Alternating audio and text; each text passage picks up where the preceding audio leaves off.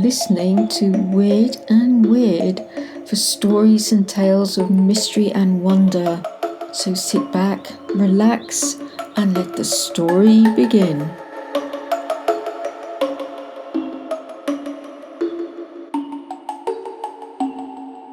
The Weaving Shadows by W.H. Holmes. Chet Burke was lazily reclining in his favourite easy chair, absorbed in a rare book on alchemy and magic, when his sister answered a summons at the door. In addition to managing the household affairs of the apartment in which she and Burke lived alone, her duties also consisted in scrutinising the many visitors. Most of them could be persuaded to call at the bookstall, which Burke conducted, when not devoted to some criminal mystery that held him until it was solved. Others, whose cases were urgent, were admitted to the apartment, thus infringing on Burke's only recreation, reading and studying. The visitors were Chief Rhine, a friend of Burke's of the Rhine Detective Agency, and a stranger. Burke laid aside his book and greeted the callers with a friendly nod. Rhine, a portly, flushed man, settled his sturdy body into a convenient chair. The stranger, an intelligent-looking man, appeared ill at ease. He stood self-consciously beside Rhine, absently running the brim of his soft hat through browned, muscular-looking fingers. "Burke," grunted Rhine heavily, "meet Mr. Hayden. He's bothered about a very mysterious affair. It's worked on his nerves until he's decided to consult an expert. It's beyond me, so I brought him round to you." Rhine sighed with relief and eased back in his chair. Hayden stuck out a rough, calloused hand to Burke, his bronzed face flushed slightly at Rhine's statement. "I'm more concerned," he said, in a surprisingly agreeable voice, "about how you will receive what I have to relate. I can hardly believe yet that the things exist, although I have seen them 3 nights in succession." He shook his head in doubt and sat down mechanically in the chair that Burke drew up. While Hayden was gathering his thoughts, Burke quietly sized him up. Hayden appeared to be a man of 45. His face was deeply tanned, and his appearance suggested many hours spent out of doors. Burke noted at once his trait of eyeing one direct from warm brown eyes. He was garbed quietly and evidently in his best. His dark suit was set off by square-toed shoes, above which glared white socks. A low, soft white collar with black string tie completed his obviously habitual concession to dress. On the whole, Hayden struck the detective as a wholesome type of the practical mechanic. "Now, Mr. Hayden," said Burke, musingly, his eyes half-closed and vacant, "state your case fully. We will try not to interrupt you." The detective lounged down in his chair, his heavy lips slightly drooping and his long legs crossed indolently in front of him.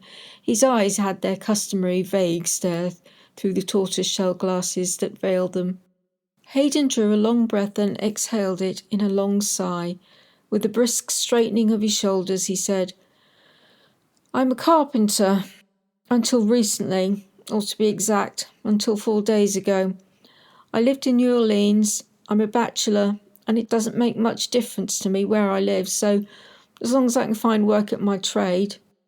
Therefore, I came up here to Sunken Mine in the highlands of the Hudson to live with a widowed sister and her daughter." He paused, and his eyes grew reflective. For a moment he was evidently measuring his words. With a quick intake of his breath he resumed.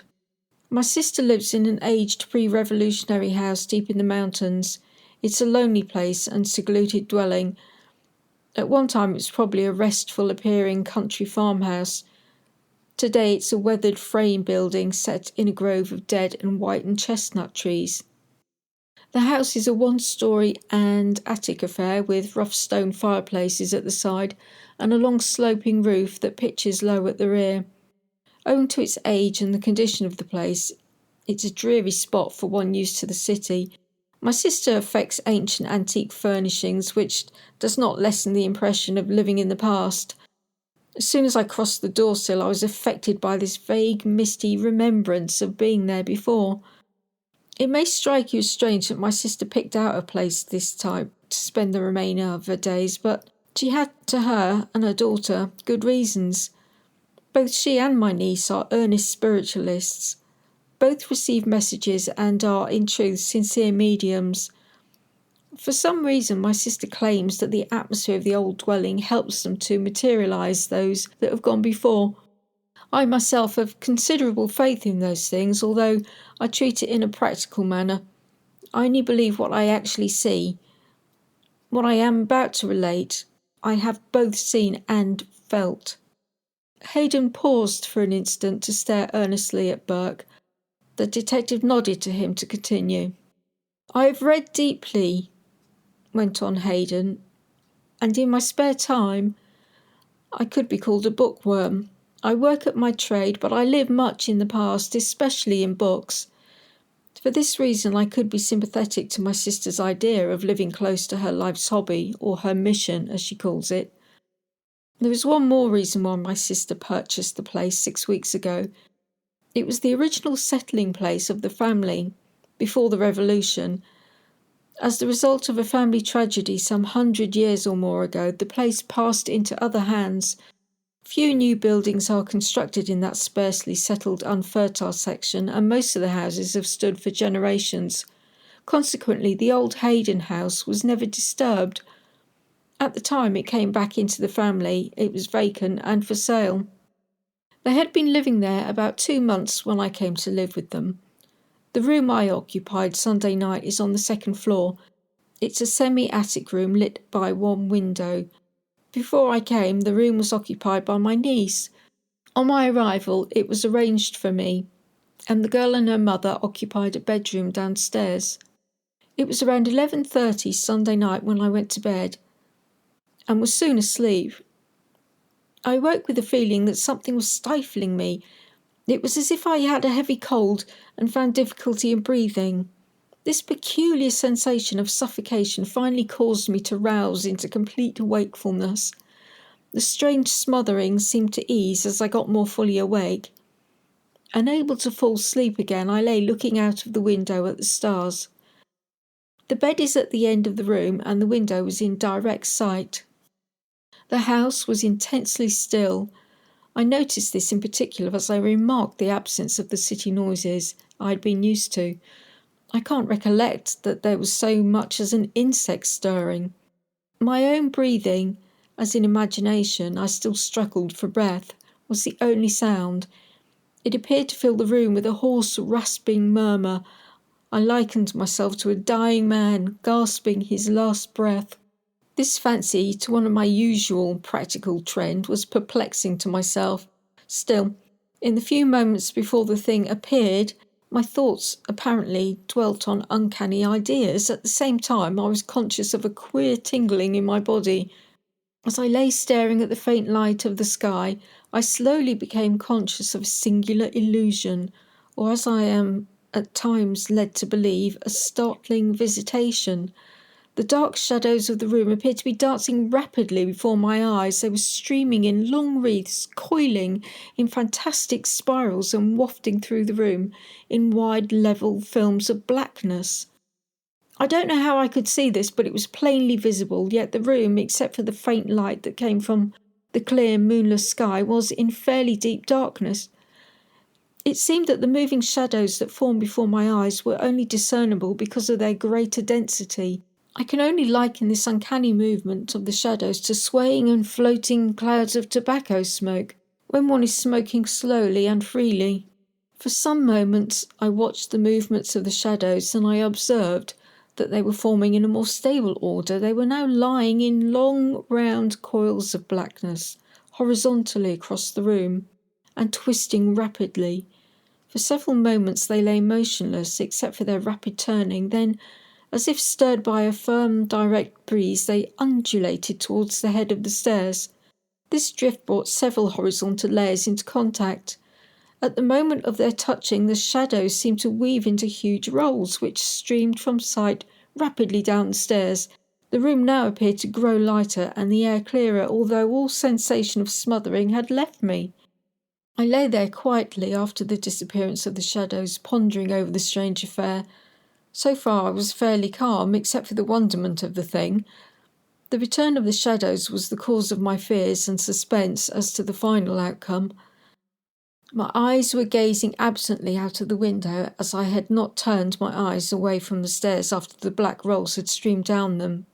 Slowly, so slowly that it scarcely seemed to move, I saw a black human-like form rise above the sill of the window. I could just see the top of it as it mounted the stairs.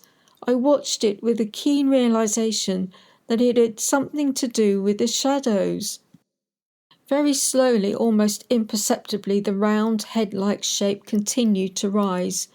I could now see it plainly outlined against the lighter sky. The shape now rose to its full height. It had the form of a shapeless human figure. That is, I could distinguish the smaller head shadow above, and what would answer for a body if one were at all imaginative. The thing passed yet beyond the window and drifted into the darkness at the end of the room, yet I could still make out its vague form by its greater blackness. My eyes went back again to the window. Another figure was slowly blocking the cheerful light of the sky. Again a black form emerged to its full height. It joined the first. I'm not a coward. I lay quiet, wondering what the thing presaged. The two figures advanced to the centre of the room. They were now fairly discernible. One of them walked to an old-fashioned dresser at one side of the room, stood there a moment, and then joined the other figure. With this, both shapes turned and passed down the stairs. As they were disappearing, I called. The forms were so clear, and I was at this time so far from sleep that my mind hit on a logical reason to explain the thing. It was evidently my sister and my niece. They had wanted something from the dresser, and not wishing to disturb me, had come up quietly, got what they wanted, and then returned to their room. Getting no answer to my call, I sprang out of bed to convince myself of the truth of my belief. I went downstairs and to their room. Both were in bed and fast asleep. I awoke them. Neither one had been up since retiring. I did not tell them of the black forms, but made some excuse for awakening them. The remainder of the night I spent in the kitchen, sleeping in a large rocking chair. Hayden paused and stared at Burke. "Go on," said Burke shortly. "This would not have brought you to me." Hayden shook his head. "No," he said. "It was what came after." This same night, as I arose from the bed, following the disappearance of the two forms down the stairway, I'd reached the centre of the room when I became conscious of standing in something that was wet to my feet. I was barefooted, and when I looked at my feet, I found them soiled with blood. Naturally, I thought I'd cut myself, but a close examination revealed no cut or bruise of any sort. I lit a lamp and went back upstairs. My first glance was at the spot where I had first felt the wetness. A glance revealed the cause. Directly in the centre of the bare board floor was a large pool of fresh blood. It was slowly spreading out over the floor and sinking into the dry wood. I cleaned it up as much as possible and then searched the room thoroughly. There was absolutely nothing I could find that would explain the blood. The next morning, both my sister and my niece complained of feeling languid. My niece, a very white, frail girl, was even more colourless than usual, and her mother, noticeable for her deep, intense eyes and the black rings that encircle them, seemed listless and indifferent to everything. Noting this, I scrubbed up the bloodstains before they made up the room and said nothing of what I had seen. Things were normal until Monday night. Again, about the same hour, I was awakened by a smothering sensation. Once more, I heard my own breathing as I gasped for air. As I got more fully awake, I found the smothering sensation grew more intense. I sat up in bed, crouched over like one suffering with asthma and striving to fill my lungs with air. But this did not relieve my distress. Unconsciously, my eyes were fixed across the dark room. Again occurred the weaving of the shadows. Panting, stifling, and seeming unable to arouse myself enough to get out of bed, I watched the repetition of the scene of the previous night. Once the horizontal streams of shadows were formed, My breathing became more normal, and I seemed to regain the power to move and think clearly. I then deliberately waited to see the finish of the affair. The banks of twisting shadows disappeared down the stairway, and the two figures repeated their previous trip. As soon as they had descended past the window, I sprang from bed and lit my lamp. My eyes went at once to the floor. The pool of fresh blood was there for the second time. I let it lay and tiptoed downstairs and to the women's room. Both were in sound sleep, but I was struck at once by the haggardness of their features. I didn't awake them. Getting a basin of water, I returned upstairs. I again scrubbed up the floor, this time with much care, as the stain had now gone deep into the aged boards. Leaving the lamp lit, I went back to bed. Finally, I fell asleep. Nothing occurred during the remainder of the night. The morning after this second visitation, resumed Hayden, I again remarked the extreme pallor of my niece and the haggard, gaunt face of her mother. Still, I remained silent, determined to solve the riddle for myself. Last night I retired early, and I took several precautions. First, I secured an electric flashlight. Next, I powdered the stairs with flour. I also sprinkled the floor on the attic room. I now had a trap that no human being or any mechanical figure could tread over without leaving a trace. This done, I blew out the lamp and I went to bed. I lay awake for a matter of 2 or 3 hours. I was determined to stay awake until the shadows commenced to form, or until I began to feel the smothering sensation. In this way, I would have a grasp on it from beginning to end. But in spite of my resolution, I fell asleep. I was again awakened by an uncanny feeling. Firm hands, or rather some peculiar force, seemed to hold my arms down on the bed. I sought to draw up my legs in order to slip out of bed, but found them held by an unyielding power. Finally, I discovered I was unable to move any part of my body. I was certainly awake, yet I was as helpless as a person in a nightmare who fancies that his body is totally paralysed. Forced to lay motionless, I saw the black shadows stream from various parts of the room. This time they formed over my bed. I could feel them drift across my face, spinning, waving, twisting, contorting. It was an unearthly feeling, lying there helpless to avert anything that might happen. There is nothing I can describe that would be similar to the feelings of those black forms, ceaselessly in motion. It might be likened to some invisible force that presses on one, or to a heavy fog that a person seems to feel in a material manner, with a strong impression of its dampness and chill. This helplessness and the weaving of the shadows went on for perhaps 5 minutes. Then, as the twisting rolls started to stream down the stairs, I could feel my body regaining its power.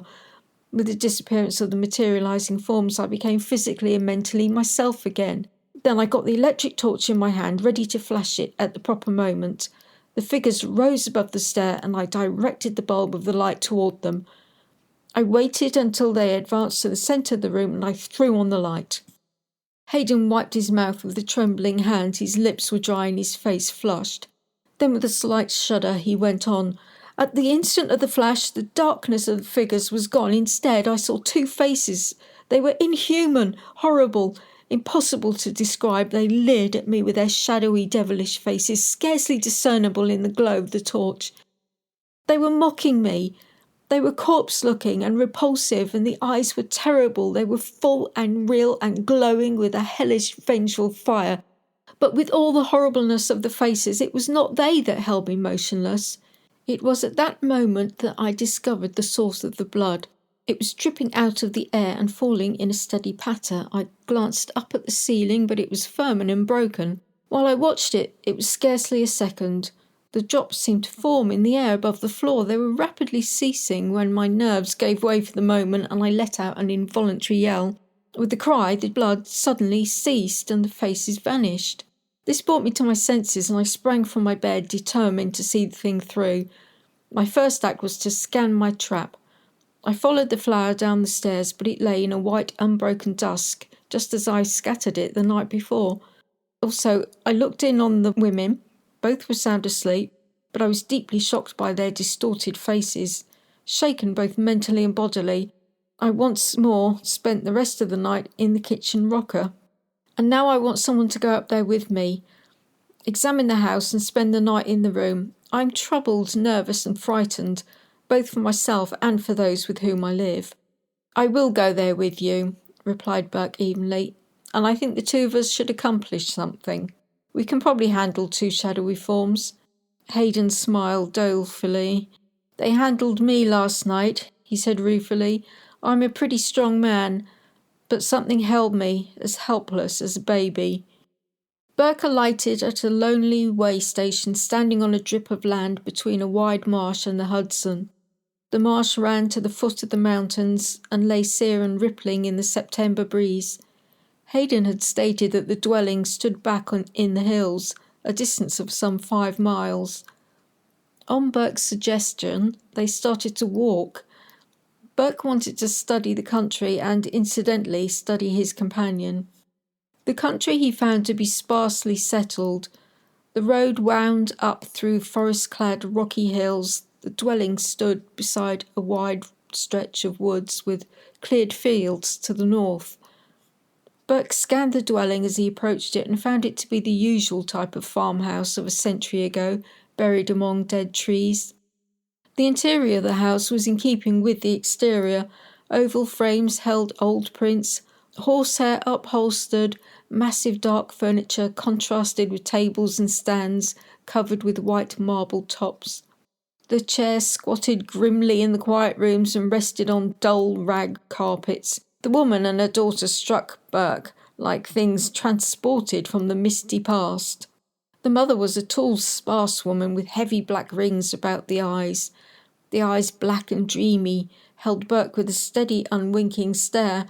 The daughter was the opposite of her dark, sallow mother. She seemed a lifeless, colourless sprite, seemingly alive by the power and vigour of her more intense mother. She was about 20 years of age, although her chalky face and thin, bloodless hands, together with her slight frame and indolent movements, seemed to signify an elder age, or some wasting disease. Both were of the dreaming, musing type, speaking softly and briefly, and moving silently about the quiet house, and both were garbed in dresses of white material. Burke's first act was to visit the room upstairs. There was nothing to warrant his attention except the stained floor. He ripped up several splinters and put them in his pocket. Then he announced his intention of visiting the nearest town, several miles to the south. Hayden asked no questions, evidently placing the affair entirely in Burke's hands. He remarked that he would walk down a ways with the detective and await his return. The two women were still unaware of Burke's vocation and accepted without comment Hayden's statement that Burke was a friend and that was to remain overnight. As soon as Burke arrived in town, he went at once to the chief of police. Here he inquired for someone qualified to make an examination of the blood-stained splinters. He was directed to a doctor who maintained a lab. The latter, after a lengthy analysis, confessed himself puzzled. Something was missing in the composition. He couldn't account for the peculiar results he obtained. It was human blood, and yet it was not. Burke returned to the chief of police and inquired about the Haydens. The chief was unable to give Burke any satisfaction, but directed him to an old settler in the vicinity who could probably furnish the desired information. Burke found the family without trouble. They were willing to talk, but they knew very little about the Haydens, though a good deal about the house. Over 100 years before, they said a widow and her niece had lived in the then new dwelling. The place, a flourishing farm which had since been cut up and sold off, was managed by the woman's stepbrother. The family were more or less secluded and seldom seen. In the course of the weeks it was noticed that no one had seen the two women. The brother was at the house alone and refused to talk. This led to an investigation. No trace of the women was found. The brother was never brought to trial, continued to live on the place until he died of old age, and had prospered. His heirs had taken over the place, and it had been gradually dissipated until only the house and an acre or so of land remained. Burke listened politely and then, thanking the old couple, returned to the Hayden house. Hayden was waiting for him. That evening, Burke sat beside the open fireplace listening to the low, earnest conversation of the others. The woman and her daughter, he observed closely. They seemed to be possessed of some restless emotion that caused them to wander aimlessly around. On the contrary, Hayden appeared to be sluggish and incapable of extended speech. This struck Burke as odd.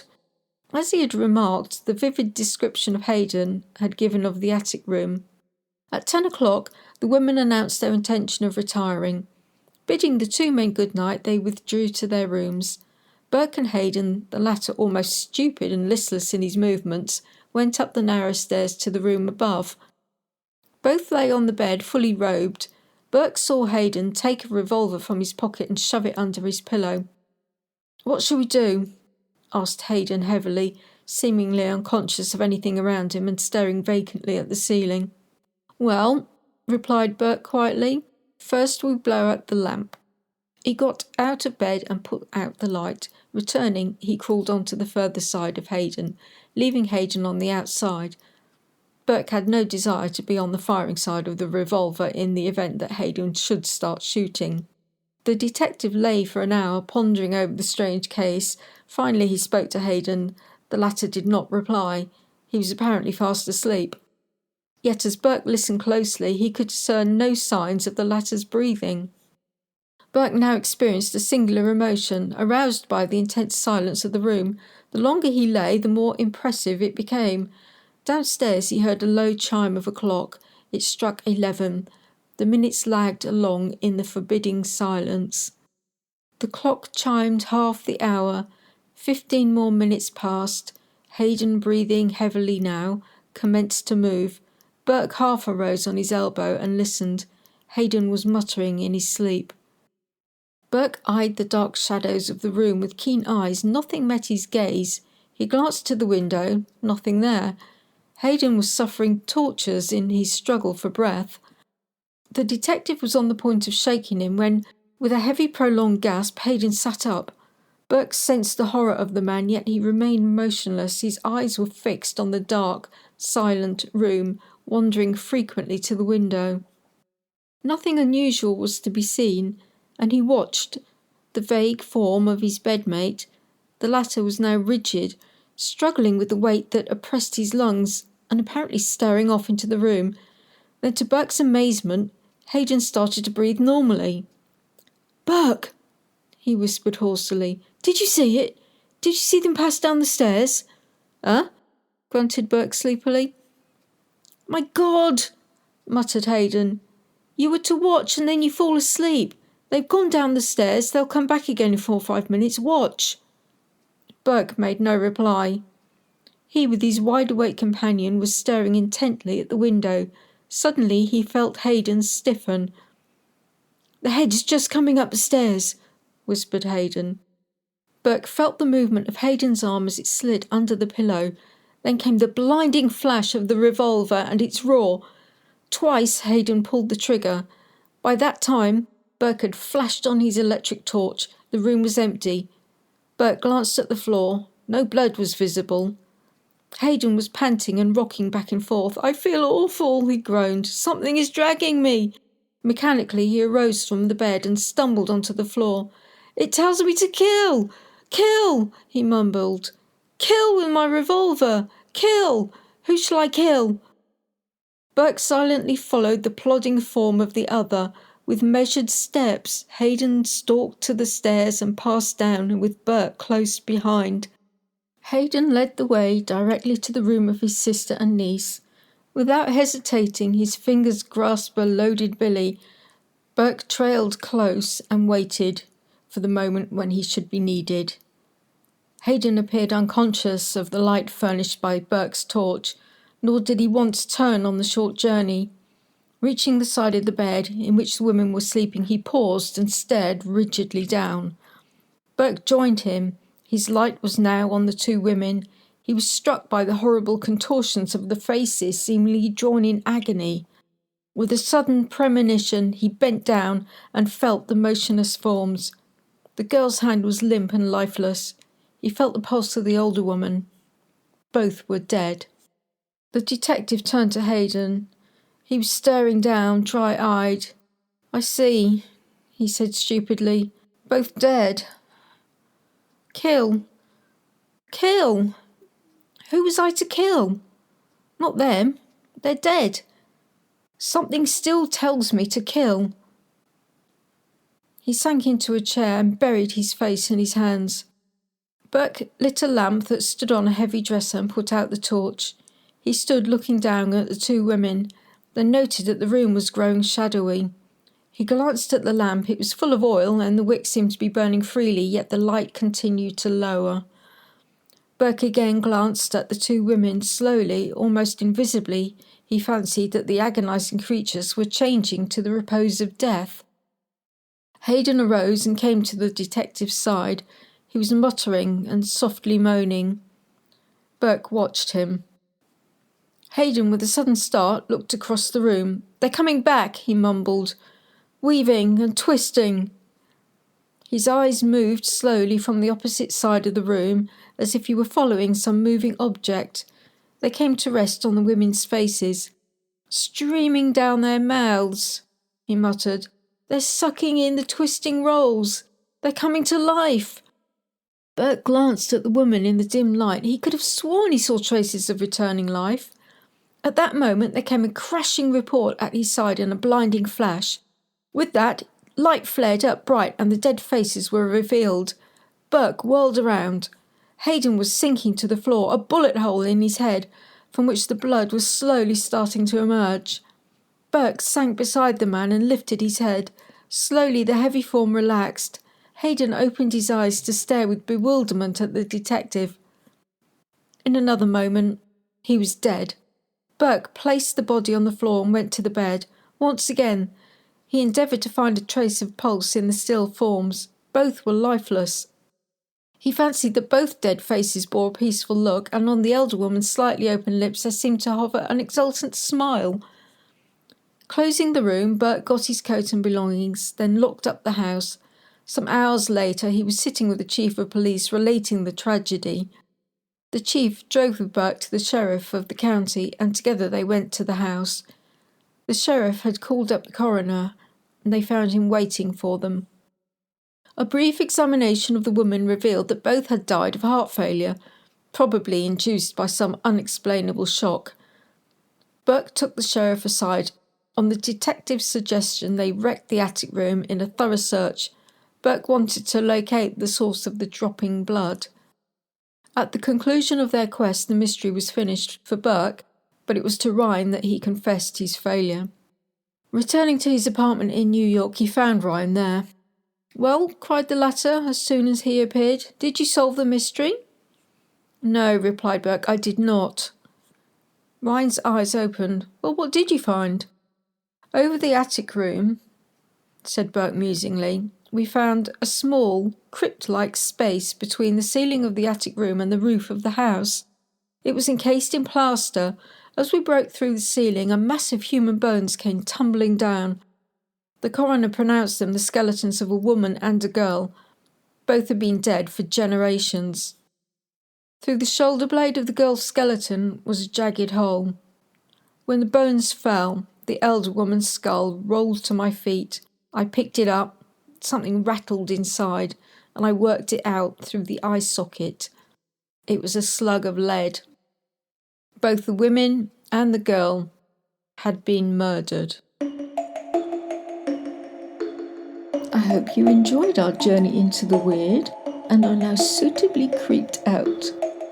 Hit the subscribe to stay informed of when the next tale of wonder is ready for your delectation.